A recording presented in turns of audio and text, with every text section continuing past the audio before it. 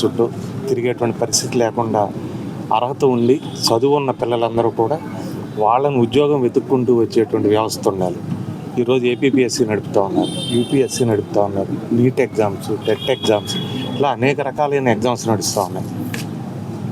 UPSC ఉంది, బ్రహ్మాండంగా నడిపిస్తూ ఉన్నారు ఇన్ని సంవత్సరాల నుంచి కూడా. అదే రకంగా నడపండి. దీనికి అవసరమైతే ఒక మేధావులు ఎవరితో అయినా సలహాలు సూచనలు తీసుకోండి, మెజిస్టీరియల్ ఎంక్వైరీ వేయండి. మీది కరెక్ట్ అయితే మీ ప్రభుత్వానికి మంచి పేరు వస్తుంది. మీది కరెక్ట్ కాదనుకోండి, ఎవరు తప్పు చేశారో వాళ్ళని శిక్షించండి, ఇంకోసారి ఆ తప్పు జరగకుండా చూడండి. అంతేగాని టెంట్ల మీద దాడులు చేయటం, ప్రశ్నించే హక్కు మాది అని రాజకీయాల్లోకి వచ్చిన వాళ్ళు ప్రశ్నే లేదు అనుకుంటా పోయి ఇంట్లో పడుకోవటం ఇదంతా కరెక్ట్ కాదు. ఈ వ్యవస్థ పట్ల మనందరం జవాబుదారీతనంతో ఉన్నారు.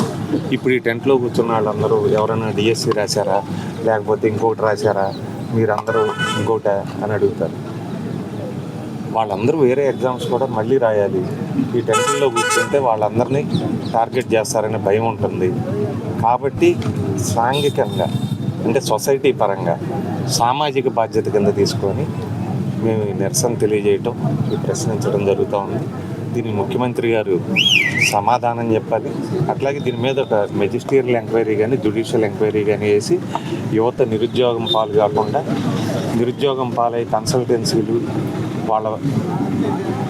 వాళ్ళకి ఆహారం కాకుండా మనం చూస్తూ ఉన్నాం. చాలామంది ఉద్యోగాలు ఇప్పిస్తాం, వీసాలు ఇప్పిస్తాం, అమెరికా తీసుకెళ్తాం అని చెప్పి అపర కుబేర్లు అయిపోయి వీళ్ళ రక్త మాంసాలు దోచు తిని వాళ్ళ చెమట వాళ్ళ రెక్కల కష్టంలాగా చెప్పుకుంటూ ఉన్నారు. అటువంటి వాళ్ళ పాలిట ఈ సమాజం పడకుండా యువతను రక్షించాల్సిన బాధ్యత, యువతకి భరోసా ఇవ్వాల్సిన బాధ్యత, అదేవిధంగా ప్రభుత్వం మీద నమ్మకం కలిగించాల్సిన బాధ్యత చంద్రబాబు నాయుడు గారిది. చంద్రబాబు నాయుడు గారు ఆ దిశగా చర్యలు తీసుకోవాలని మనస్ఫూర్తిగా కోరుకుంటూ ఆయన మరొకసారి విజ్ఞప్తి చేస్తూ ఉన్నాం. ఫీజు రీఎంబర్స్మెంట్ కానీ, విద్యా దీవెన కానీ, వసతి దీవెన కానీ అవన్నీ సకాలంలో విడుదల కాకపోతే ఆ విద్యార్థులు కానీ, విద్యార్థుల తల్లిదండ్రులు కానీ ఎన్ని రకాలైనటువంటి ఇబ్బందులు పడతారు. వాళ్ళ హాల్ టికెట్లు రాక, పరీక్షలు రాయనివ్వక, లేకపోతే మార్కుల లిస్ట్ వచ్చినా కూడా ఇవ్వక, లేకపోతే వాళ్ళ జీవితంలో 5 ఏళ్ల విలువైన సమయం పోతే, ఒక రాజకీయ నాయకుడికి ఒక ఎన్నికలో ఓడిపోతే ఒక 5 ఏళ్ళకి చాలా బాధపడిపోతారు.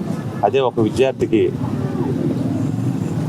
అతని జీవితం పోతే, ఉద్యోగం రాకపోతే, జీవితమే ఇదైతే అతని కష్టపడి చదివించుకున్న తల్లిదండ్రులు వాళ్ళ పరిస్థితి ఏమవుతుంది?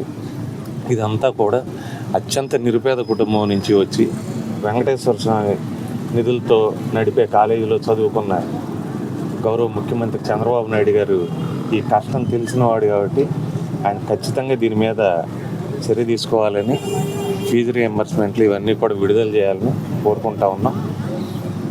ఒక్కసారి మళ్ళీ